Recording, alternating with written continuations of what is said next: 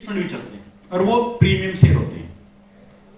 तो ये बताइए, म्यूचुअल फंड तो उसका डाइवर्सिफिकेशन है शेयरों का, और आईटी के, बैंकिंग के, इनके। तो मैं एक ही बात जानना चाहूँ कि बार बार ये कहते हैं कि म्यूचुअल फंड सही है, तो क्या एक बात बता दीजिए कि जब शेयर मार्केट गिरता है तो क्या म्यूचुअल फंड गिरता नहीं, क्या वो रुक जाता है क्या? और आप ऐसा ही भी करा लेते हो या बाध्य हो जाते हो कि वह पैसा आपका कटका जाए। हालांकि ये बाध्यता है, जरूरी नहीं है कि जब म्यूचुअल फंड ऐसा ही करा रखी है तो उसकी मंथली किस्त हम देंगे, कोई पेनल्टी नहीं है उस पर, कोई पेनल्टी नहीं है। ये एक भ्रम पैदा कर दिया लोगों में कि महीने की महीने कटवाना जरूरी नहीं, दूसरा भी हो जाएगा। वो एवरेजिंग कर देता है, वो हमें औसत कर देता है। मान लो कोई चीज 4 में बढ़ रही है, 5 महीने हो गए तो 500 में डाइवर्सिटी होके वो एक तरह से एवरेजिंग हो जाती है। शेयर मार्केट में एवरेजिंग करते हैं ना, पर 2 शेयर डाउन हो गए, एक थोड़ा और ठीक होते लेके उसमें एवरेजिंग कर ली, लेवरेज। तो एक मानसिक रूप से हमें तुष्टि मिलती है, व्यवहारिक रूप से उसमें कुछ नहीं है। समझ रहे बात को?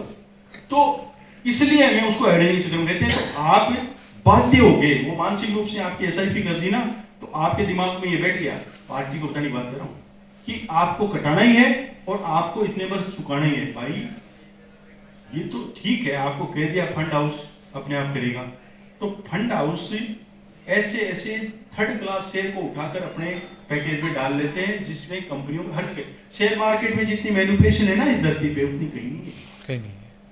एक तो मेडिकल में बहुत बड़ा प्रोपेगेंडा होता है, और एक शेयर मार्केट में इतना मैनिपुलेशन चलता है कि किस शेयर को उठाना है, किसको गिराना है, किसको कहां देना है। अब एलआईसी के उदाहरण देता हूं मैं। एलआईसी आज के दिन यदि कोई इंडिविजुअल संस्था, अरे इसको व्यक्ति मानो तो व्यक्ति मान लो, उसके पास जितना बड़ा पोर्टफोलियो हिंदुस्तान और दूसरी जगहों के शेयर के हैं, किसी के पास नहीं है। यदि जो भी बेस्ट प्रीमियम शेयर है उसका बड़े से बड़ा हिस्सा एलआईसी के पास है, और एलआईसी जिस दिन मार्केट को यदि चाहे तो उठा सकती है, जिस दिन चाहे गिरा सकती है, और कराती रही है। जब हमारे फाइनेंस मिनिस्टर पी चिदम्बरम थे, उस जमाने में फ्लक्चुएशन ज्यादा आता था, तो जब मार्केट डाउन जाता था तो गवर्नमेंट पे उंगली उठती है, क्योंकि सेंसेक्स,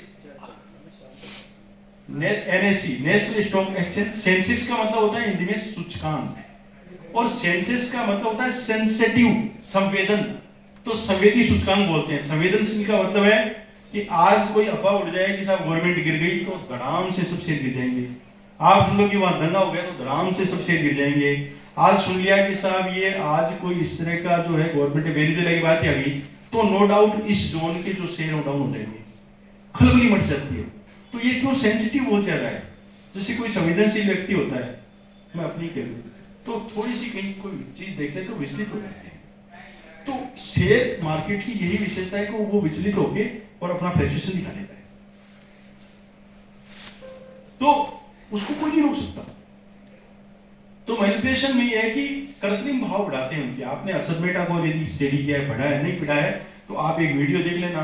हर्षद मेहता कांड जो है 91 के आसपास हुआ था, कि कैसे नकली शेयर, आज मैंने 1 लाख शेयर बेचे और मैंने व्यक्ति को खरीद लिया, तो खरीद ले, हाई रेट में खरीद ले। मान लो मैं 100 में बेच रहा हूँ, ये 150 में खरीद लिया, बेच दिया इसको, और इसको बेच दिया, मैनिपुलेशन करके उसको हमने 250 की रेट दे दी। अब पब्लिक में तो हो गया यार, वो 1 महीने में 100 रुपए की चीज 250 में आ गई, तो खूब खरीद लेंगे।